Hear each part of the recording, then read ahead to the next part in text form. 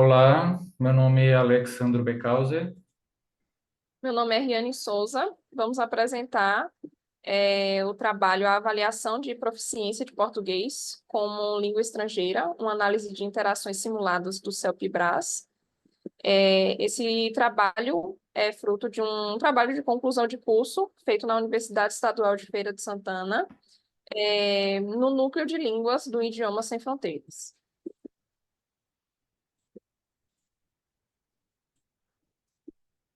O objetivo do trabalho é analisar parte das justificativas apresentadas pelos professores examinadores na atribuição das notas da interação face a face durante um simulado do CELP-BRAS, realizado com estudantes do Pré-PEC-G. Apresentaremos algumas amostras de fala desses avaliadores sobre eventuais dificuldades na atribuição das notas, a fim de que possamos compreender em que medida os critérios adotados na interação face a face revelam a subjetividade avaliativa. O referencial teórico basicamente foi com o Brasil 2020. Aqui é o documento base do CELP-BRAS. McNamara, 1997, Niederauer, 2014, e Yang, 1993, que falam sobre exames de proficiência. Bom, na metodologia, a pesquisa foi qualitativa, de cunho interpretativista. Os participantes da pesquisa são três professores bolsistas que atuam no ensino de PLE na UFES, pelo programa do Pré-PEC-G, que é um programa voltado para futuros candidatos do exame CELP-BRAS. Uma das etapas de preparação é o simulado da interação face a face, e que foi realizado em setembro de 2023. Utilizamos como técnica de coleta de dados 12 entrevistas semi-estruturadas, com o objetivo aí de avaliar as eventuais subjetividades no momento de avaliar. E as entrevistas com os professores foram realizadas após 6 interações, ou seja, com 6 candidatos. Então, cada um dos professores, né, no papel aí de avaliador, um momento como avaliador interlocutor, outro momento como avaliador observador. Um momento, a entrevista era feita com o interlocutor primeiramente, e depois o avaliador observador entrava na sala e o interlocutor saía, para que não houvesse interferência aí nas opiniões. As entrevistas tiveram uma duração de até 8 minutos, e vale assim ressaltar que a pesquisa foi aprovada pelo Comitê de Ética.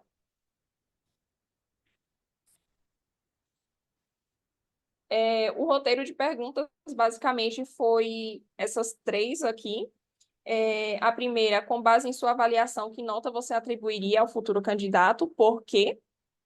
Que aspecto da grade de avaliação você considerou mais importante para a atribuição da nota? E em algum momento você teve dúvida quanto à nota atribuída ao futuro candidato? Por quê? Bom, então nós passaremos agora a alguns resultados e alguma parte da análise. Como comentado no início da nossa apresentação, isso é um recorte de uma pesquisa. Por limitação de tempo, nós apresentaremos apenas alguns trechos de fala. Para uma compreensão mais abrangente, nós apresentamos o quadro com a atribuição das notas pelos avaliadores interlocutores e os avaliadores observadores. A fim de preservar a identidade dos entrevistados, que são os avaliadores, nós colocamos como a categoria AI para avaliador interlocutor e AO para avaliador observador, e seguido de um número referente aos examinandos. Os examinandos, como comentado, eles não foram entrevistados, mas somente os professores que estavam na condição de avaliador interlocutor e na avaliador observador. Um mesmo professor, ele era avaliador interlocutor com um examinando, e depois os papéis eram invertidos, ele passava a ser avaliador observador, e o que era avaliador observador passava a ser avaliador interlocutor com outro examinando. Bom, esse quadro nos revela, numa análise muito geral, que as notas aqui costumam ser bastante semelhantes, iguais, à exceção de dois casos. Bom, das notas atribuídas pelos avaliadores ao examinando 1 e o examinando 2, observamos duas divergências. Na primeira delas, o avaliador interlocutor 1 atribuiu nota 3 e o avaliador observador 2 nota 4. Ao ser perguntado por que atribuiu nota 3, o avaliador interlocutor 1 responde, principalmente nas duas primeiras entrevistas, na conversa livre sobre os interesses dele e no primeiro elemento provocador, mas talvez 2, alguma coisa entre 2 e 3. Então, nós já percebemos, a partir desse trecho, uma incerteza quanto à atribuição da nota. Outro ponto a ser destacado é a importância, por exemplo, dos primeiros momentos de interação, que como o próprio manual do examinando e o documento base do exame Self-Brás, os 5 primeiros minutos, por exemplo, é para criar uma interação, uma inter-relação mútua entre o examinando e o interlocutor, com perguntas sobre rotina, sobre a vida do examinando, algo que possa deixá-lo mais confortável para iniciar a conversa. Depois, aí são introduzidos 3 elementos provocadores sobre temáticas, digamos, da atualidade, que estão sendo discutidas ou estão em circulação em canais de comunicação, por exemplo. Bom, ao ser perguntado se em algum momento teve dúvida quanto ao nível atribuído ao examinando 1 e por quê, o avaliador interlocutor 1 responde: sim, exatamente porque ele tem uma boa fluência e compreendeu muito bem, mas a pronúncia em alguns e a interrupção do fluxo da conversa para buscar palavras me deixou com dúvidas. Bom, esse trecho de fala nos revela um paradoxo. No seguinte sentido, este avaliador interlocutor considerou a fluência como um critério positivo para a nota atribuída, mas, ao mesmo tempo, a considerou negativamente como um fator que pesou para não considerar esse examinando, talvez com uma nota mais elevada. Quando ele diz, por exemplo, interrupção no fluxo da conversa. Isso diz respeito à fluência de acordo com o quadro de avaliação da interação face a face. Ainda referente ao examinando 1, o avaliador observador 2, logo após, né, a mesma entrevista, atribuiu-lhe nota 4 sob a seguinte alegação: porque eu percebi que ele conseguiu fazer o que estava proposto, conseguiu interagir com o que o avaliador interlocutor 1 trouxe. Percebi que ele conseguiu colocar o diálogo para frente, que foi o principal objetivo da prova.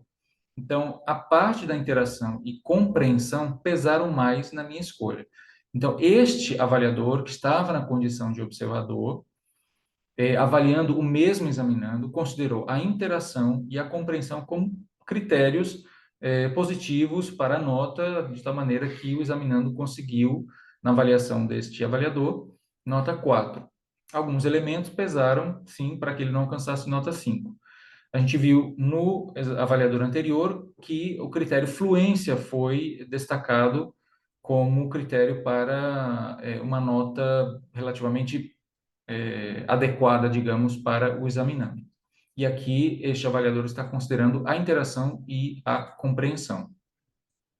Ao ser questionado se teve alguma dúvida quanto ao nível atribuído ao examinando 1 e o porquê, o avaliador observador 2 apresentou a seguinte justificativa: eu tive dúvidas com relação a quando atribuía 3 ou 4. Essas dúvidas surgiram porque ele tinha algumas inadequações, como eu falei, mas às vezes eu pensava que podia ser algo natural, pontual e não da fluência. Bom, aqui então ele novamente uma situação em que há uma dúvida quanto à atribuição da nota e o elemento fluência também pesando no critério avaliativo. Na interação com examinando 2, o avaliador interlocutor 2 atribuiu sua nota sob a seguinte justificativa: ele contribuiu para o diálogo, mas o que eu percebi foi a questão mais de respostas um pouco mais breves, mas eu percebi bastante fluência com relação ao uso da língua. Então, novamente, traz o critério da fluência e respostas breves que se caracterizam no critério da interação. Respostas breves, elas podem ser um indicativo de estilos conversacionais entre quem avalia e quem submete à avaliação. Há uma tendência de a pessoa avaliada transferir tais estilos de sua primeira língua para a língua estrangeira. Esse é um aspecto muito difícil de ser avaliado num teste de proficiência oral, porque o avaliador, que tem, no caso, o português como língua materna, ele não tem conhecimento dessas idiosincrasias das línguas maternas ou primeiras línguas dos examinandos. Então, é muito difícil de saber até que ponto uma transferência de estilo da língua primeira ou língua materna do examinando para, no caso da língua portuguesa. Muitas vezes, o examinando alcança um desempenho semelhante àqueles com respostas longas, mas é penalizado por apresentar respostas breves. Essas respostas podem ser também um reflexo da dinâmica da interação do avaliador, que acaba influenciando nas tomadas de decisão do examinando. Algumas pesquisas têm revelado a, a importância, por exemplo, da seleção dos elementos provocadores durante a interação face a face. Alguns deles podem ter efeitos positivos ou até mesmo efeitos negativos, como algumas pesquisas já demonstraram. E, havendo um efeito negativo, por exemplo, o examinando pode ser, acaba sendo penalizado porque ou não domina o tema, ou porque é um tema do qual ele não gosta de discutir, ou traz algum aspecto relacionado à sua vida pessoal, que acaba interferindo no processo avaliativo e no desempenho desse candidato. Bom, como nós comentamos, nossa apresentação então é um recorte, mas esse recorte nos fornece subsídios para algumas considerações. Um olhar global sobre as justificativas na atribuição das notas nos permite observar, à exceção dos dois primeiros avaliadores, poucas discrepâncias, razão pela qual o simulado demonstrou ser confiável. Nós observamos no quadro que, na maioria das situações, as notas eram iguais. Isso demonstra uma convergência por parte desses avaliadores, mas em dois contextos as notas eram distintas. Em alguns contextos, por exemplo, 3 ou 4, não é considerado para o CELPE-BRAS algo tão negativo, até do ponto de vista aceitável. Mas isso nos coloca, por exemplo, numa situação para discutir realmente os critérios que foram adotados por esses avaliadores, por exemplo. De todos os critérios, a fluência exerceu um peso bastante significativo nas pontuações, ora positiva, ora negativamente. Alguns examinandos que deixaram de alcançar a pontuação máxima foram penalizados por realizar algum grau de interrupção no fluxo da conversa. Este mesmo critério, em determinadas situações, enseja uma reflexão mais cuidadosa, haja vista que foi identificado um paradoxo na avaliação. Enquanto justificado positivamente para o bom desempenho, foi avaliado negativamente por o mesmo avaliador. Nós vimos então no trecho de fala, ao mesmo tempo em que o avaliador considerou a fluência como um aspecto positivo para a atribuição da nota, ou pelo menos para não reduzir mais a nota do examinando, ele alegou também interrupção no fluxo da conversa como um efeito negativo e que acabou esse examinando não tendo notas talvez até mais altas. A despeito de os avaliadores, em sua maioria, terem apresentado simetrias nas notas e critérios de atribuição, o fato é que quase todos tiveram dúvidas no momento de pontuar os examinandos. Nós identificamos aqui, neste recorte, duas situações. Uma situação especial merece atenção pela divergência de critérios adotados. Referimos ao avaliador interlocutor 1 e ao avaliador observador 2 durante a interação com o examinando 1. Depreendemos desse fato. Bom, nós não podemos afirmar com propriedade que houve uma subjetividade avaliativa, porque outros elementos podem ter interferido no processo, mas revela a importância de atualizações nas grades avaliativas, de modo que os descritores possam ser o mais claro possível. Alguns termos acabam se tornando talvez um pouco ambíguos ou de difícil compreensão, e isso talvez valha para que possamos discutir futuramente os critérios ou a clareza, né, da grade avaliativa, de modo a tornar o teste o mais confiável possível.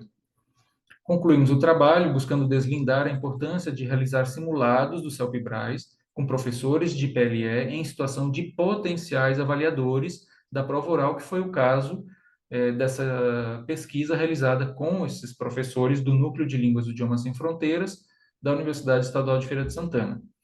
A UFES não é um posto aplicador do exame CELPE-BRAS, mas, eventualmente, né, futuramente, talvez se torne, e, e a preparação desses profissionais para exercer o papel de avaliadores.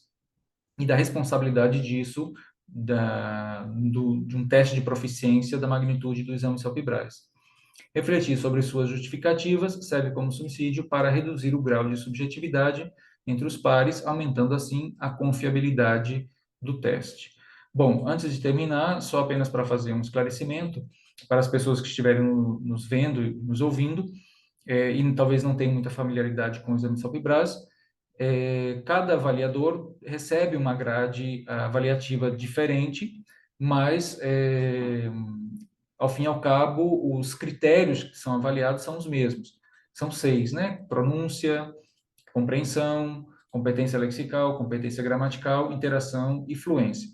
O avaliador observador ele tem uma grade analítica com mais detalhes sobre o processo avaliativo, e o avaliador interlocutor ele tem uma grade holística com informações mais sucintas, e eles não podem dialogar na atribuição das notas. As notas são dadas de maneira é, individual, né, obviamente, e sem diálogo um com o outro. Bom, finalizamos aqui nossa apresentação. Aqui as nossas referências. Agradecemos a atenção de todas e todos vocês. Obrigada pela atenção de todos.